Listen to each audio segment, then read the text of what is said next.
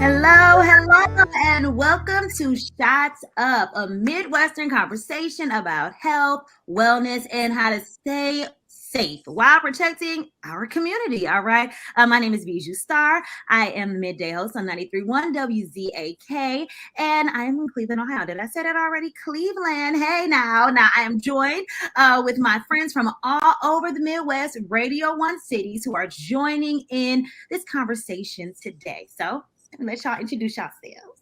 Yeah, you represent Radio 1 Cleveland. I got to represent Radio 1 Columbus in the capital city. I am Nails, the midday host here at Power 1075, 1063 in the capital cities.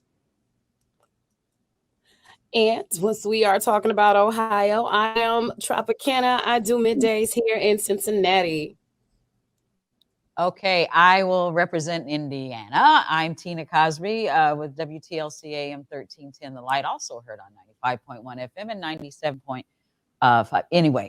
Anyway, I'm right here in Indianapolis. We got a whole bunch of simulcasts, so thank you all for having me. Yeah, I can't get to all of them. I'll get it, but AM 1310 The Light, we're on the light. You all over, Tina. We're all over, and I got to get it right. So, and as Bijou mentioned just a few moments ago, Caresource linked up with all of us here at Urban One and Urban One Columbus, Urban One Cleveland, Urban One Cincinnati, and Indianapolis to have a candid conversation about what shots you need and how to get healthy and stay healthy. All right. And today we're going to discuss the Caresource mission of why vaccines are important and how they can keep our community safe. All right. Thanks, Nails. Now join me in welcoming our first guest of two for today, Donna Gabbard. Good afternoon. How are you? I'm good. How are you?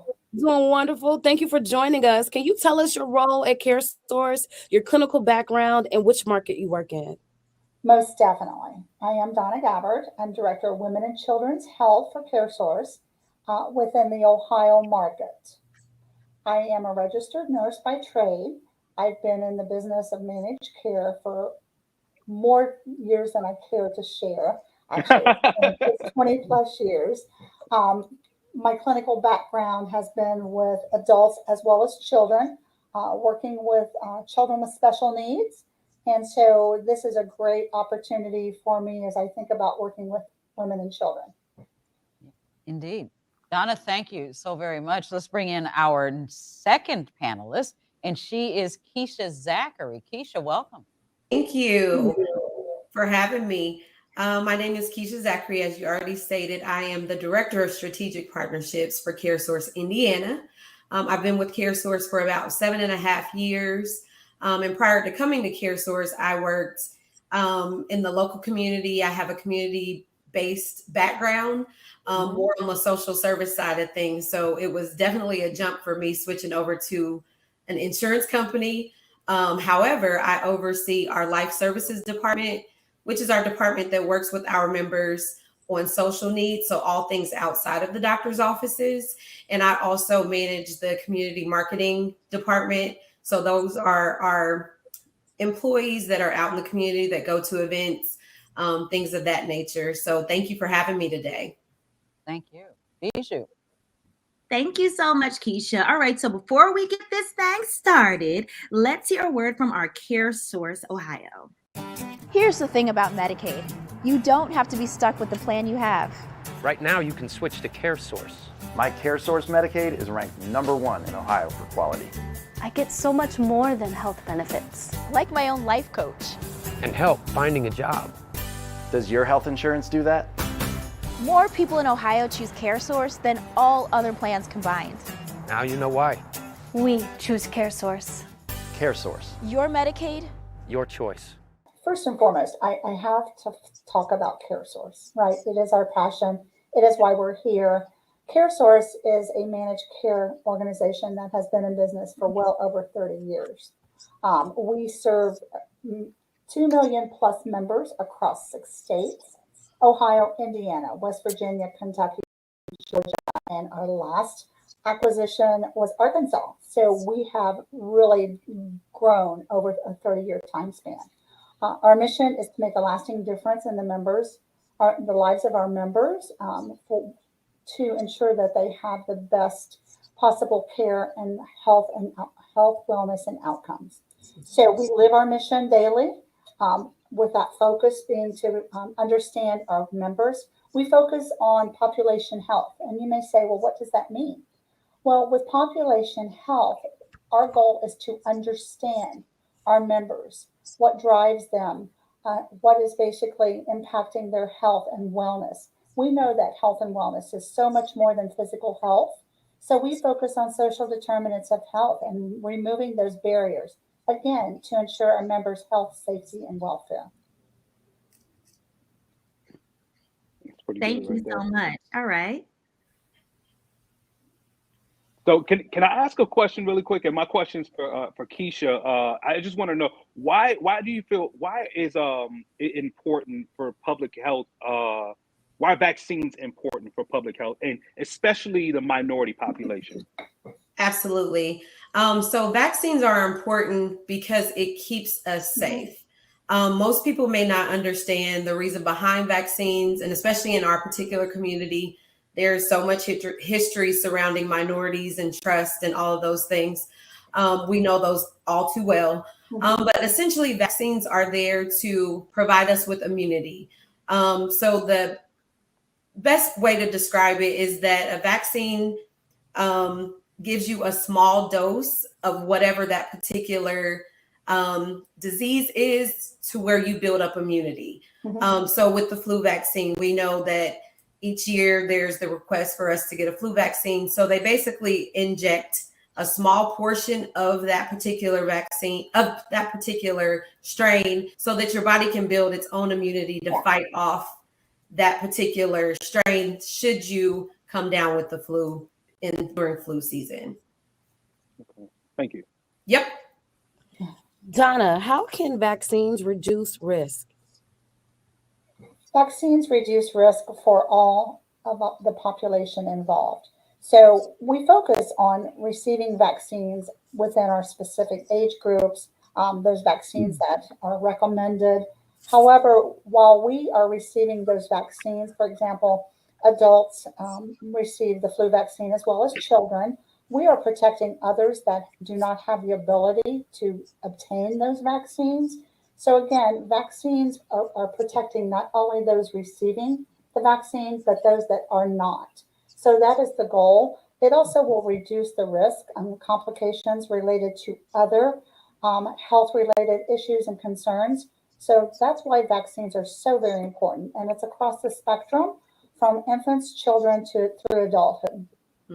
And then I'd like to add on to that, when you said protecting others, recently with the COVID vaccine, one of the main reasons that I took my vaccine is because I wanted to be able to see my grandmother.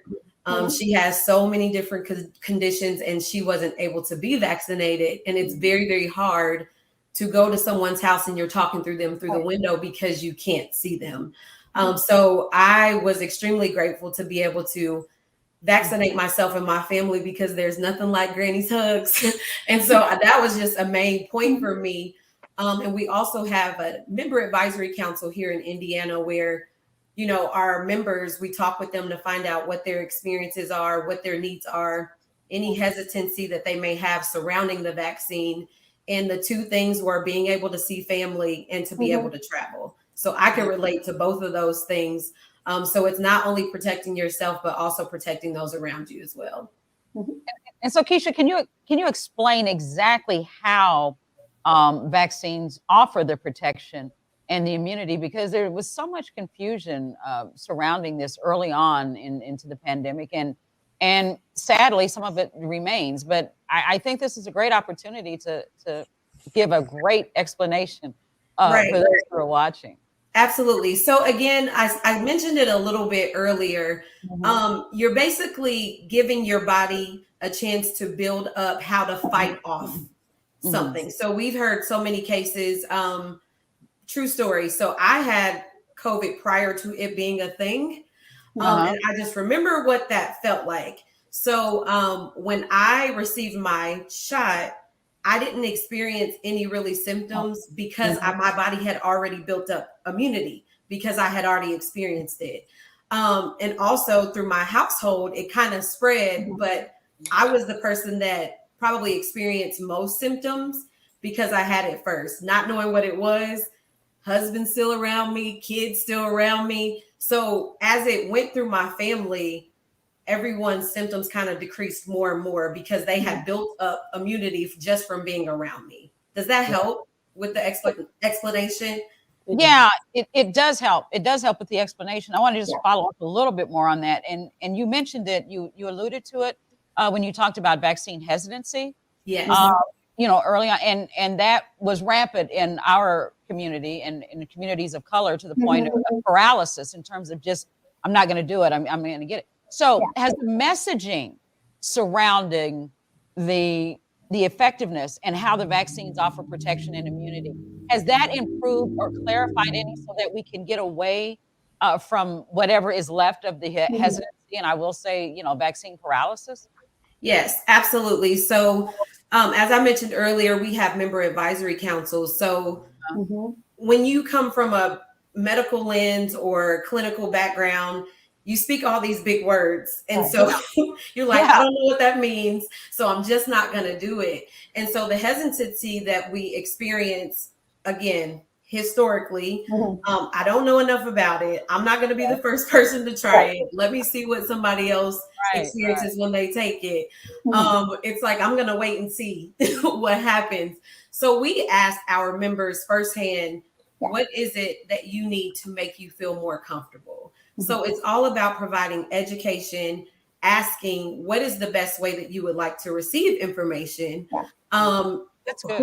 Who do you look up to? Like, who do you need to hear from? And in the minority community, there's a grandma, a aunt, somebody has like the voice of the family, and if she says to do it, I'm gonna do it. So I just think it just depends on you have to ask those that you are working with, what is it that they need? And generally it boils down to communication and communication that one can understand. We can't use those big terms. We have to bring it down to, this is what this is. If you have questions, you get to ask questions.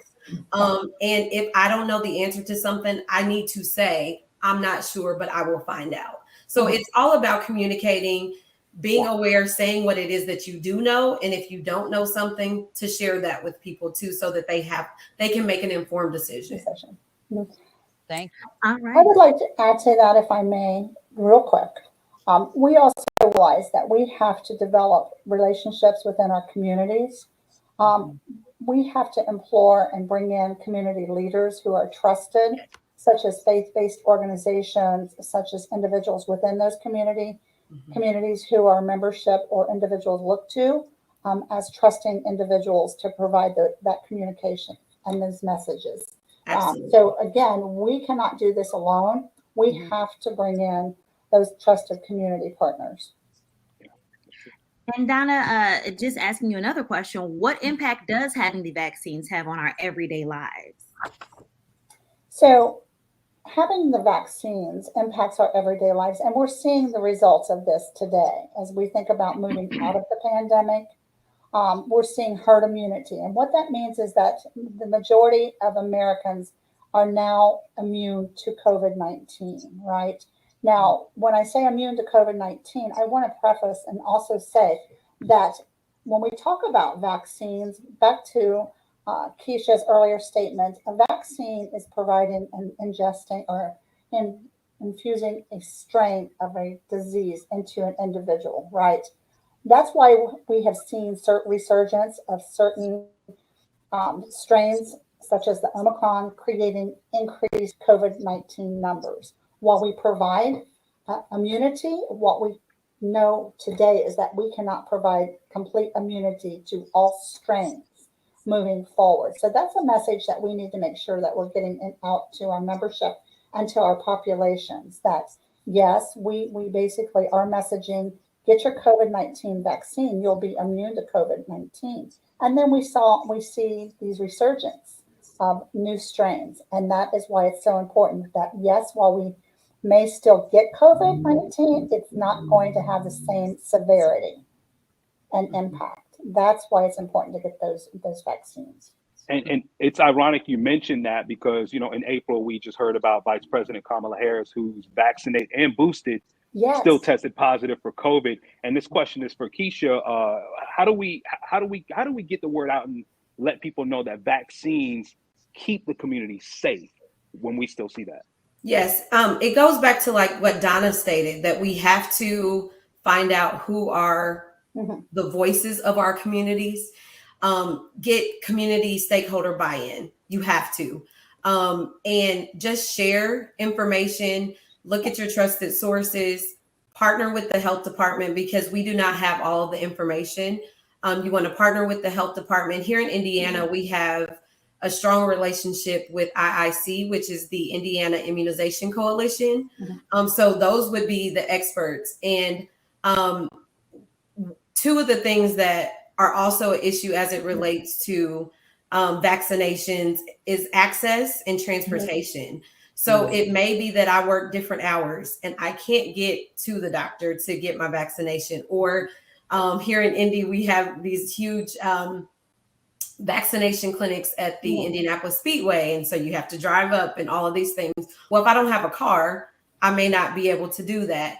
So one of the benefits that we offer to our members that are interested in being vaccinated, and not just for COVID vaccination, any vaccines, we are having vaccination clinics, is that we provide free transportation to the event should they want to attend. And then we also just want to make sure that we are going to the community. So we partner with community-based organizations, faith-based organizations to set up clinics in the neighborhood where the transportation, the time, you don't have to worry about all those things because we want to meet our members literally where they are out in the community. Thank you. Wow. You're welcome. That in itself is amazing. Now, Donna, how does Caresource support members who receive their vaccines when needed? So we are supporting our membership through numerous platforms here in Ohio, and I know the same, I'll refer to Keisha here in just a moment. Here in Ohio, since 2021, we have again been staging multiple COVID vaccine events.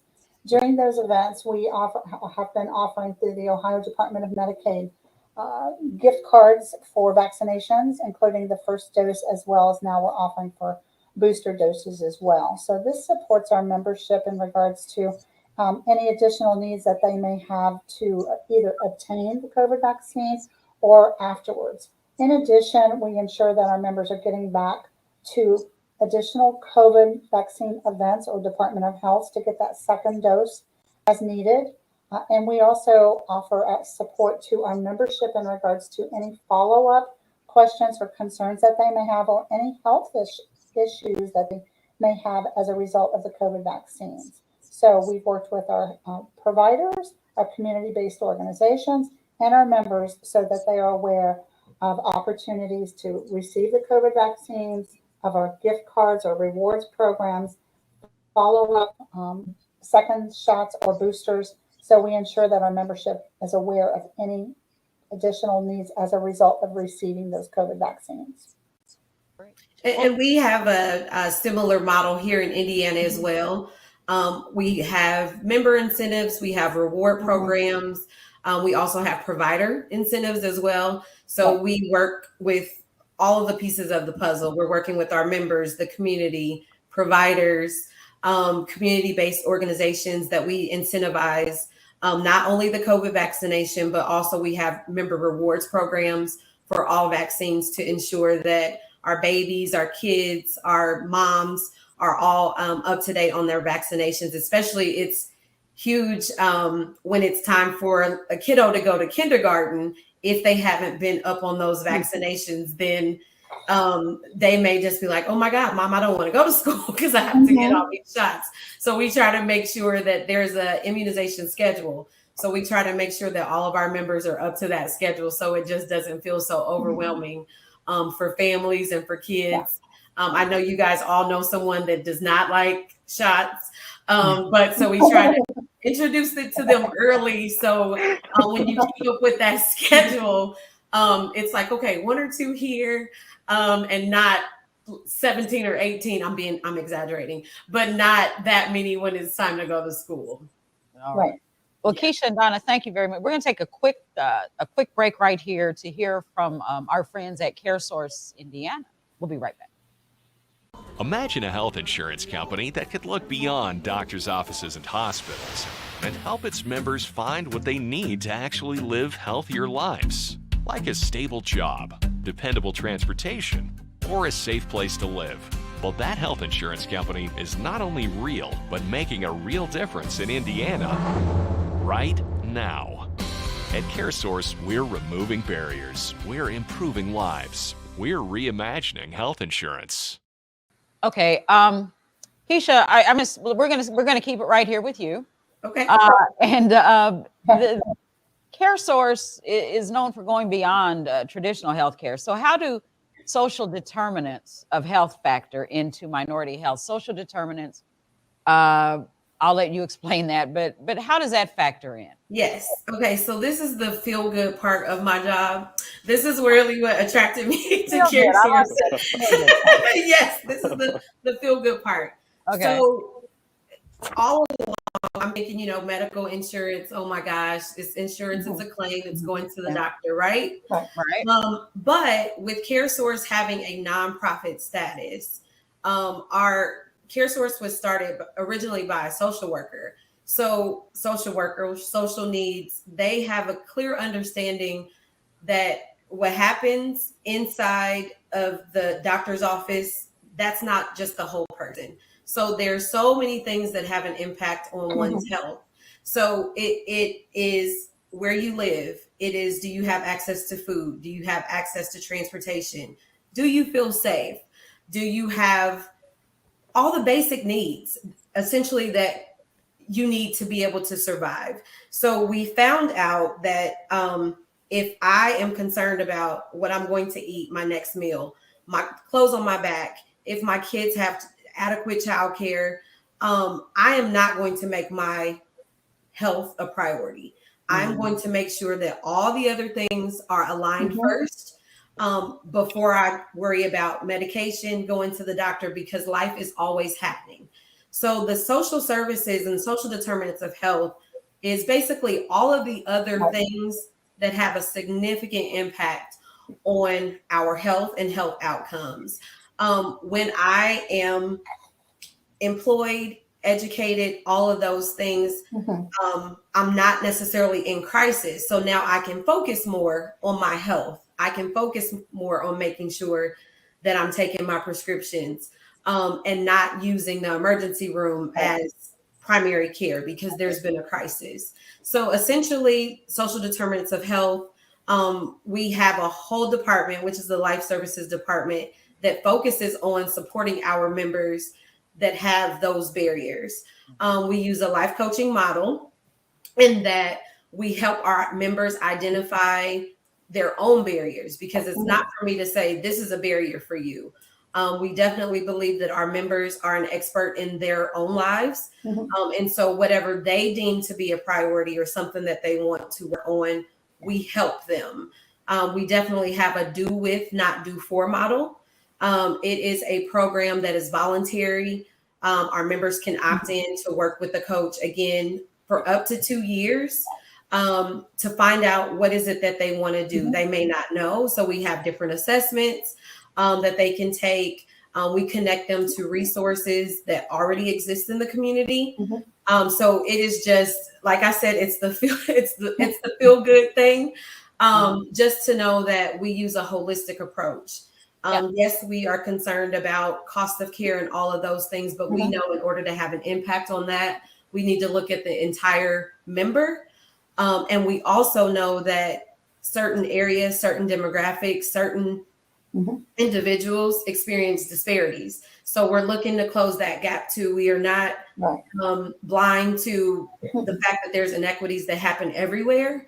So we just love that we're able to address those things and take that into consideration when we are developing new programs, incentives, and all of those things. Donna, do you have anything? I could talk about this all day. So. You did an awesome job with that, Keisha. Okay, thank you. Well, you know what? And it's funny that you asked Donna if she wanted to add, because I was going to say the same thing. Donna, you touched on the mission, Keisha, but if Donna, if that's all, but if you had anything you wanted to add about the company's mission and what Caresource does, because Keisha did give a great description. No, Keisha covered. She did a great, awesome job with that. So again, we focus on our membership and what their needs are. That's our focus. Yes, we are managed care.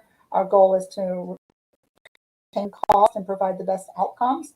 But at the same time, we know that we cannot do this for our members. Our members need to be empowered to do this for themselves.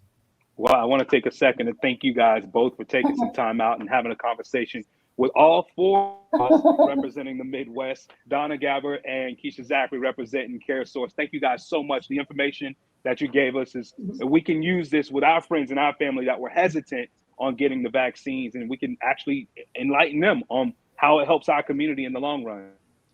Absolutely. Thank you for having us. And before you guys get out of here, you have to tell us where we can learn more about Caresource and facts about vaccines. Most definitely. So if you'd like to learn more about Caresource and the opportunities that we provide regarding vaccines, please visit our website at caresource.com. You can also connect with your local health departments and or your providers or doctors, because they have all of this information. Again, our goal is to increase our vaccine numbers across every state and make sure that our members are getting the vaccines that they need. Absolutely. You hit that on the head. This was so much valuable information. Thank you, ladies, for your dedication to our communities and the services that you guys provide for us. We appreciate you so much. And make sure that you guys like this video and share it. You might save a life. It might be yours.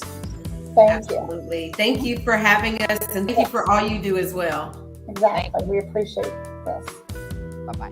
Bye-bye.